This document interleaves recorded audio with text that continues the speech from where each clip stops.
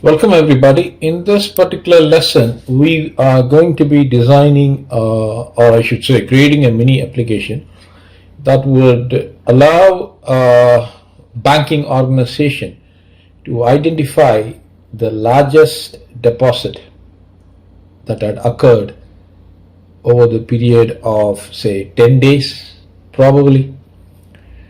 So the idea is, say, for example, you got 10 clients and these 10 clients are making a deposit. Now, you can have 10 clients or 100 clients or 1,000 clients or 10,000 clients. So this application will work irrespective of the number. I'm just basically taking for 10 clients. So the idea is we are expected to design an application which has the ability to locate that largest deposit that had taken place.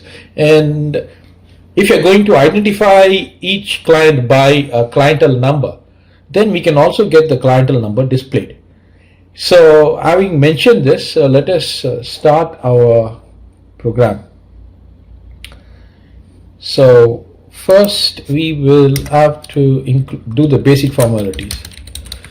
So include string using namespace std. Then I declare the parent function int main, and then I will have to have an array called deposit. Say probably I'm taking 10,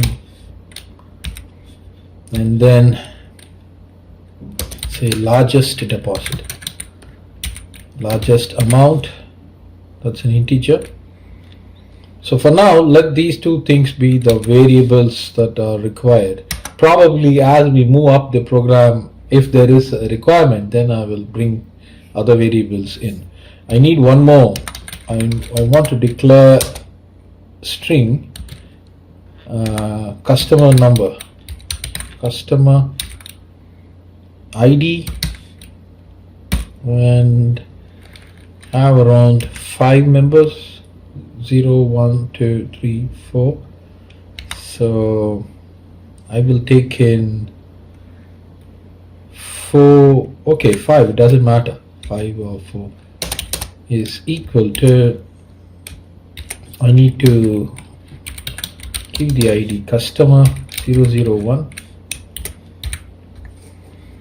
Then I'll copy this and I will repeat this 4 times. 1, 2, 3. Okay, so okay, that looks all right.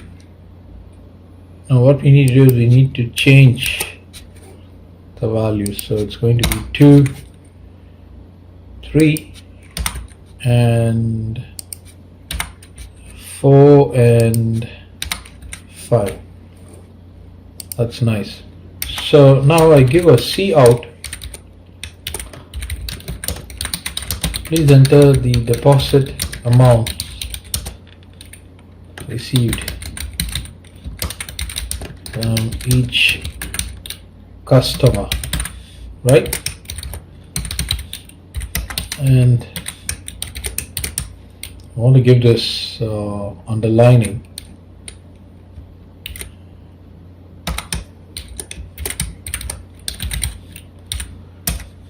Then cout, some space would be provided there, and then we have to start our for loop. For int I is equal to 0, I less than 0, 1, 2, 3, 4, so I'll take it as 5. I is incremented, and then a block is created, in this case cout. This is going to display the customer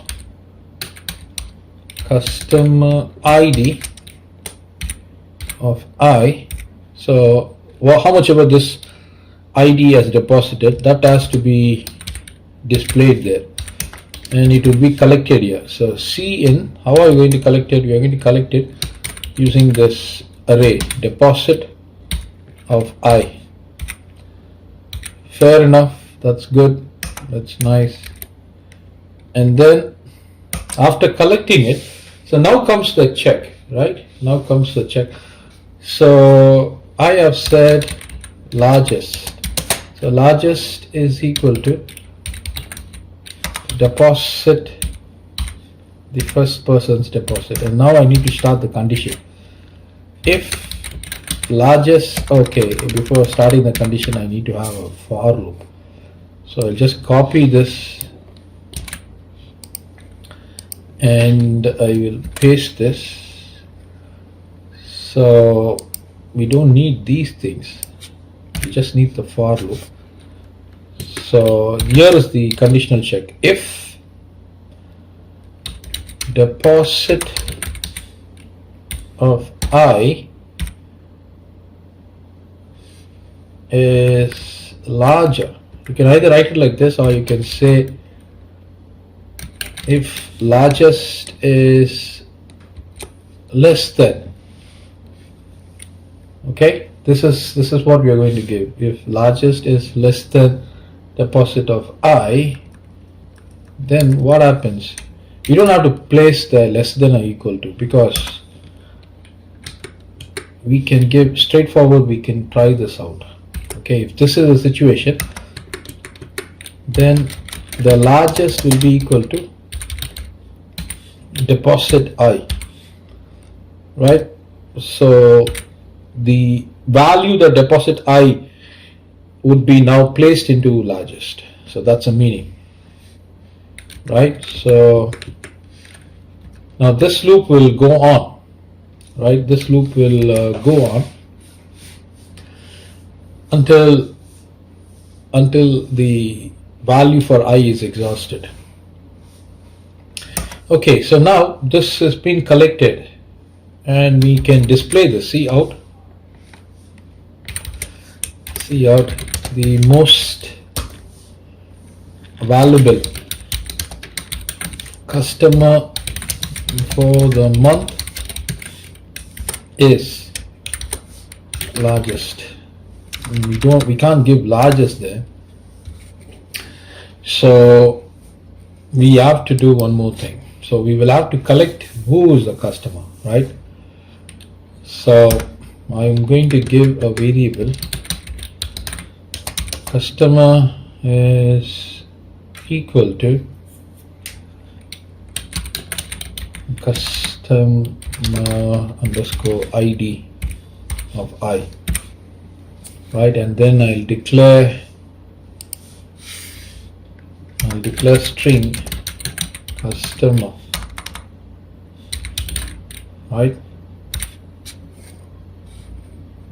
So that will be the one that will take in the customer, and you don't need to bother about this red line. So that looks fine, and we have to get that customer there, customer, and amount deposited is equal to largest. Okay, and then we give return 0 and then close it. So this is a straightforward app where you receive the input and you get the output. But what we can do, we can place a condition here. What is the condition? Do you want to know something like that? Right? Are you interested? Say, do you want to know the most valuable customer for the period or for the 5-day period or whatever, right?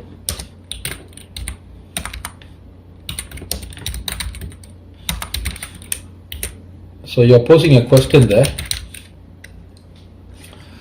So we need to get an answer. C in, okay, yes or no, something like that. C in, yes. So a value is received, right? So let me just declare that along with customer, I'm going to declare this variable yes. So if they give what the value yes, so that should be the check. If yes equals yes, this yes, all right, if yes equals yes, then you open the block. Right, let's try this out. It looks very interesting. If they say yes, this is the condition. If no, right, okay, probably if they say if yes is equal to no, then you need to have a set of things. So in this case, what we have to do is we have to get these things out of the way. So this if loop, the for loop is executed, so I will place it within the if condition. So if yes is equal to no, then I can say cout thank you, and then say cout end of process.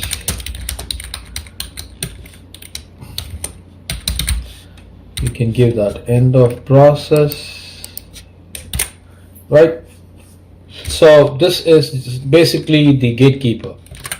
So let us check this out. We got to build it and check for errors. Cout deposit. Oh, there should be we don't need a comma there. You got to place a colon, so I mean semicolon. So that one would be all right. And is there anything else? Okay, let's build it and check it. Largest deposit, largest. Okay, the variable declaration, it's actually amount, but anyway, I'm just taking that large amount out because we have used largest everywhere. So we build it again. See, how do you want it? So a semicolon. Anything else? Semicolon. Okay, so we have got it. Customer 001, how much he has deposited? $300. 200, 500, 600, customer for 600, customer, last customer is 1200. So do you want to know the most valuable customer for the 10-day period? I have to give lowercase yes, okay? Of course, we can display it as a prompt also, giving the information, but I know for sure that this is what is required because of the coding that we have put in place. So we say yes. If I say yes, the most valuable customer for the month is customer 005, absolutely correct. And the amount deposited is 1200, end of process. So this is what we have got. So that's lovely, right? So that looks nice, but there is one small thing we need to do. We have to, if you can see the code, we have to put these two things in the block. We didn't do that. Got to do that. And probably we can also say cout endl and then cout end of process, right? We build it, say customer one, say 300, 400, 3, 2, 3, 4, and say 19. So now it has to change. We want, yes, I want to know who's available, most valuable customer. The most valuable customer for the month is customer 004. Amount is 435, end of process. Fine. So now if I say no, I want to know what would happen if I say no. So let me do that. 3, 2, 3, and 7, 8, 9. I say no. Okay, thank you, end of process. Lovely. This is a beautiful program. Thank you, everybody. Enjoy your day.